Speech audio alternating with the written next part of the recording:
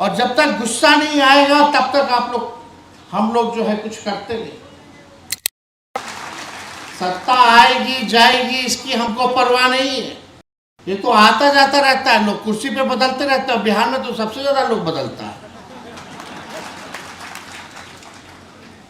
2 बार हम भी उप मुख्यमंत्री बने, 17 महीने की सरकार है, लेकिन हमको गर्व है कि हमने वो काम करके दिखाया जो देश के किसी सरकार ने नहीं किया। 5 लाख नौकरी भी अगर देने की बात आई तो हम लोगों ने एक साथ 5 लाख लोगों को भी नौकरी हम लोगों ने दिया। आप सब लोगों ने, आयोजकों ने निमंत्रण दिया, बुलाया मुख्य अतिथि के तौर पर। इसके लिए आयोजकों को, आप सब लोगों को दिल से धन्यवाद देना चाहते हैं।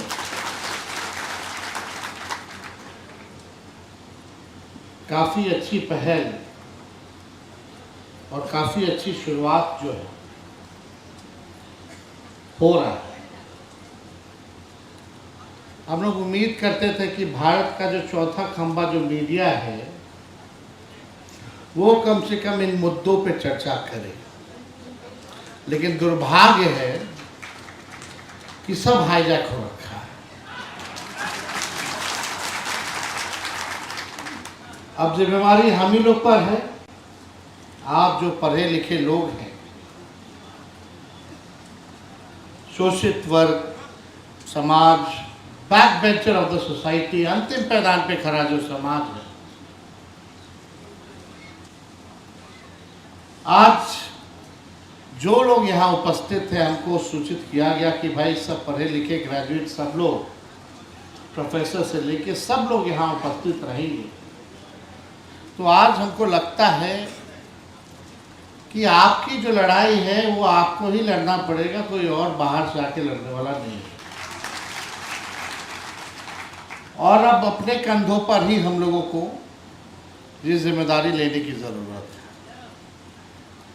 सामाजिक न्याय, संविधान, आरक्षण, जातीय जनगणना जैसे महत्वपूर्ण मुद्दे,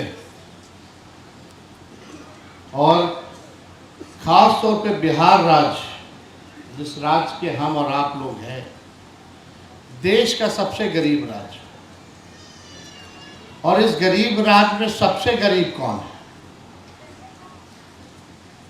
आदिवासी, दलित भाई, अति पिछड़े, ये सब लोग जानते थे। लेकिन जब जाति आधारित गणना हुई, जाति जनगणना हम लोगों ने नहीं कराया, और ना राज्य सरकार करा सकती क्योंकि संविधान में नहीं है। इसलिए हम लोगों ने जाति आधारित गणना सर्वे कराया। जातीय जनगणना कराने का अधिकार केवल भारत सरकार को है।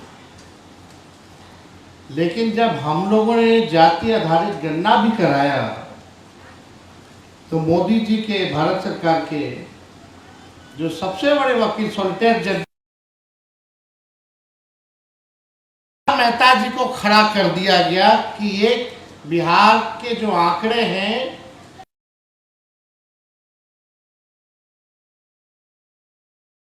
वो फेल हो जाए। आप बताइए,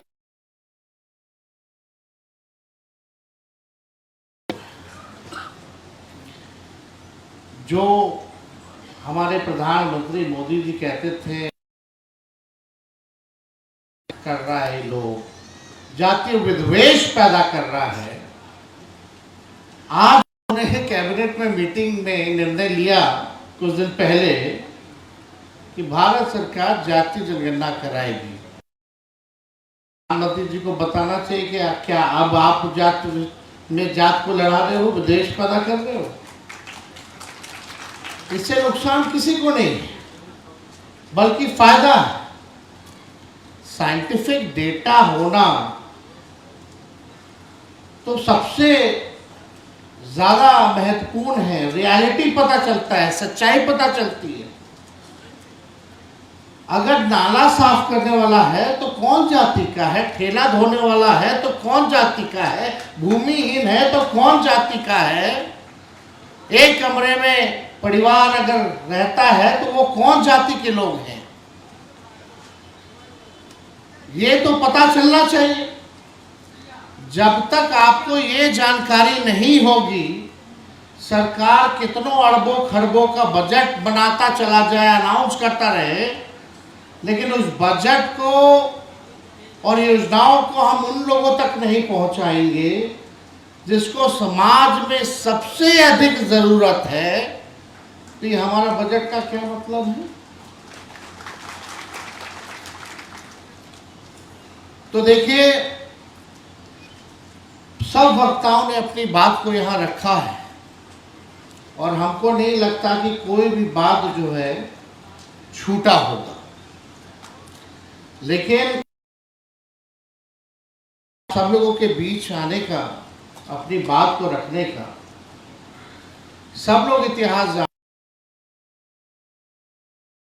हैं। समाज में कई लोगों का शोषण हुआ होगा, पीड़ित होंगे यहां पर लोग, लेकिन राष्ट्रीय जनता दल ऐसी एक पार्टी है और एकमात्र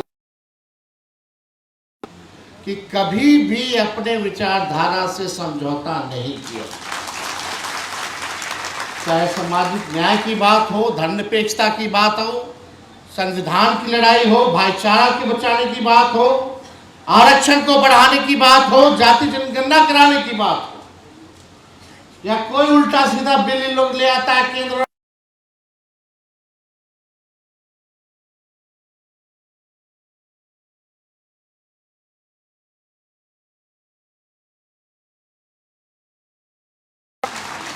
सत्ता आएगी जाएगी इसकी हमको परवाह नहीं है, ये तो आता जाता रहता है, लोग कुर्सी पे बदलते रहते हैं। बिहार में तो सबसे ज्यादा लोग बदलता है। 2 बार हम भी उप मुख्यमंत्री बने, 17 महीने की सरकार है, लेकिन हमको गर्व है कि हमने वो काम करके दिखाया जो देश के किसी सरकार ने नहीं किया। मात्र 17 महीने में हम लोगों ने जाति आधारित गणना कराया, आरक्षण की सीमा 65%, पिछड़े अति पिछड़े, दलित, आदिवासी भाइयों का हम लोगों ने बढ़ाया। 5 लाख नौकरी भी अगर देने की बात आई तो हम लोगों ने एक साथ 5 लाख लोगों को भी नौकरी हम लोगों ने दिया। 3 लाख नौकरी प्रक्रियाधीन कराया, और जो प्रक्रियाधीन नौकरियां जो निकल रही है, तो आप जरा सरकार से जरा आप लोग पूछिए कि सबसे ज्यादा नौकरियों में नुकसान किनको हो रहा है? हजारों में, लाखों में पिछड़ा समाज, अति पिछड़ा, दलित, आदिवासी भाइयों को हो रहा है कि नहीं हो रहा? लेकिन लोग सवाल क्यों नहीं पूछ रहे? लोगों में गुस्सा क्यों नहीं है? आपकी रोटी कोई बार बार हर बार छीन करके खा रहा है, लेकिन वो गुस्सा नहीं है। आपके अधिकार के साथ खिलवाड़ किया जा रहा है। झुंझुना दिखाता है, रोटी खींच लेता है, फिर झुंझुना पे हम लोग ताली मारते हैं। हम सब लोगों को अगर अधिकार पाना है तो हम लोगों को बोलना सीखना होगा, लड़ना सीखना होगा, एकजुट होकर के लड़ना पड़ेगा, एक होना पड़ेगा, एक साथ आवाज देना पड़ेगा। भारत सरकार तो पहले ही नौकरी खा गई, सब चीज प्राइवेटाइज कर दिया। रेलवे हो, सेना हो,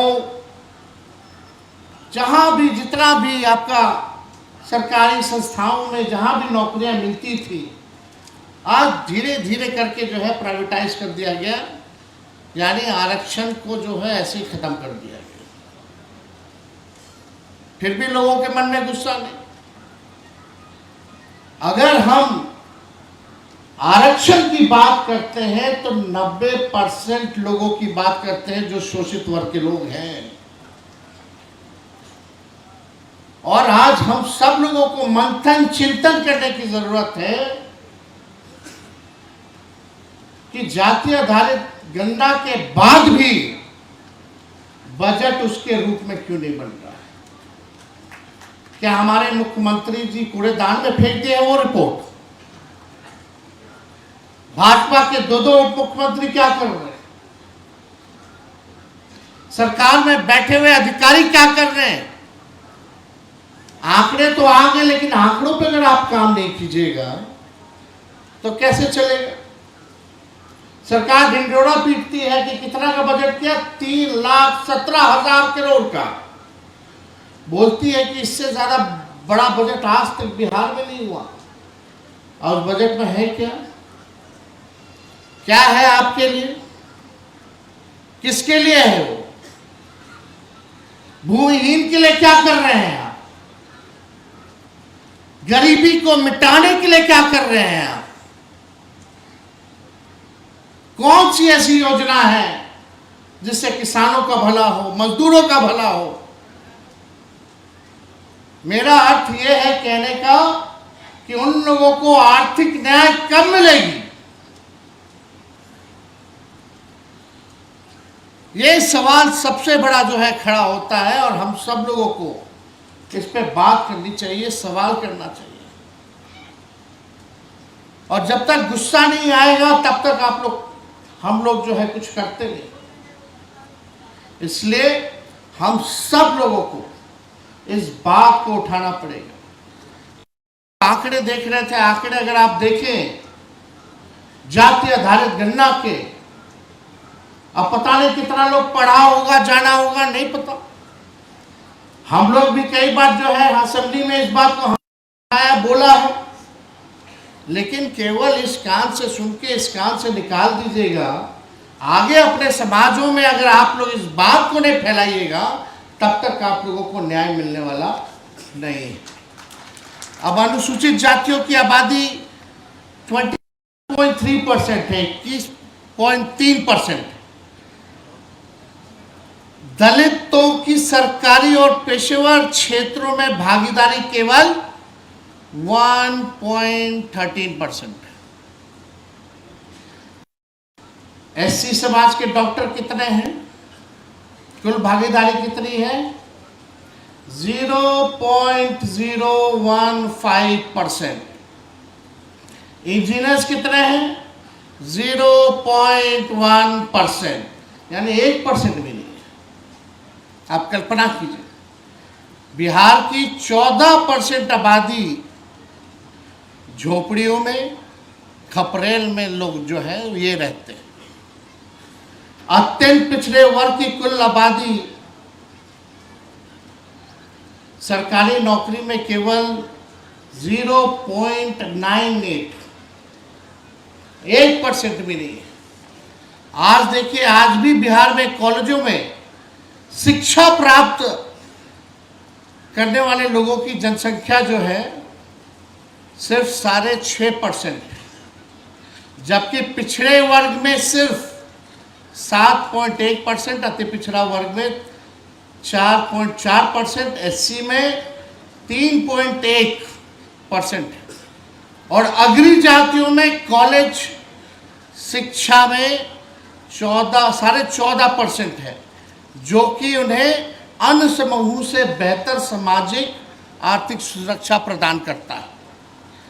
निजी क्षेत्र में आप देखिएगा, नौकरी में सामान्य वर्ग के लोगों का 3.5% है, जबकि अनुसूचित जाति का 0.5% है। 82 लाख परिवार, अगर एक परिवार में 5 लोगों मानते हैं, अर्थात 13 करोड़ की जनसंख्या में हमारे राज्य में 4 करोड़ 10 लाख बिहारी आज भी बिना घर के हैं। 4 करोड़ से भी अधिक आज भी बिना घर के, और 2 करोड़ 57 लाख अनुसूचित जाति तथा 22 लाख अनुसूचित जनजाति की जनसंख्या है, जिसमें 21 लाख परिवार अर्थात 1 करोड़ 5 लाख दलित आदिवासी आज भी बिना आवास के रहने पर मजबूर है। ये आंकड़े बताते हैं। तो जो हम लोगों ने जाति जनगणना कराया, हम इतिहास हम ज़्यादा नहीं बोलेंगे। पहली बार एच.डी. देवगौड़ा जी की सरकार में जब जनता दल था, वो प्रधानमंत्री थे, लालू जी राष्ट्र अध्यक्ष थे, तब उस कैबिनेट ने निर्णय लिया था 2001 के हिसाब से कि भाई 2001 में जातीय जनगणना भी जो है कराई जाएगी। तो ये जातीय जनगणना जो है अटल जी की सरकार आई, नहीं हुआ, सब लोगों ने बताया होगा पहले। बिहार में भी कई बार हम लोगों ने आवाज़ उठाया, हमारे ही प्रस्ताव पे प्रधानमंत्री जी से हम लोग मिलने गए, नहीं हुआ, मना कर दिया गया।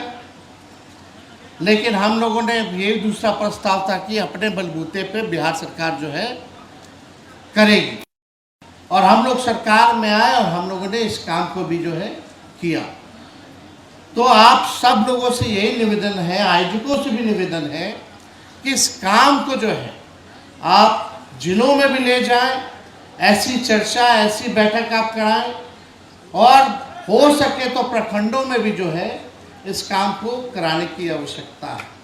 जब तक हम लोगों को ये बात नहीं बताएंगे, क्योंकि मीडिया ये बताने वाला नहीं है, और सब लोगों को एक होकर के इस पे जो है काम करने की ज़रूरत है। हम इतना निश्चित रूप से हम कहेंगे कि अगर हमारी सरकार बनेगी तो जाति आधारित गणना के हिसाब से हम बजट बनाने का काम करेंगे,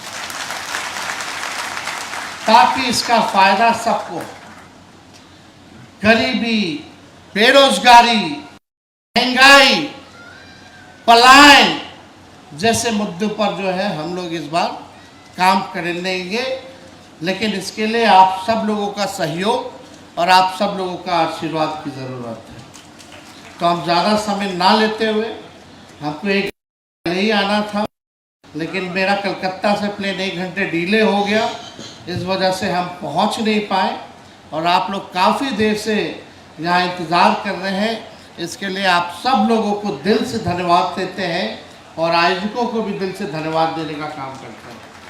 और जितने हमारे प्रोफेसर्स हैं, टीचर्स हैं, आदिवासी समाज के, अल्पसंख्यक समाज के, उनको भी बधाई देते हैं, शुक्रिया करते हैं। बहुत बहुत धन्यवाद। जय हिंद, जय संविधान।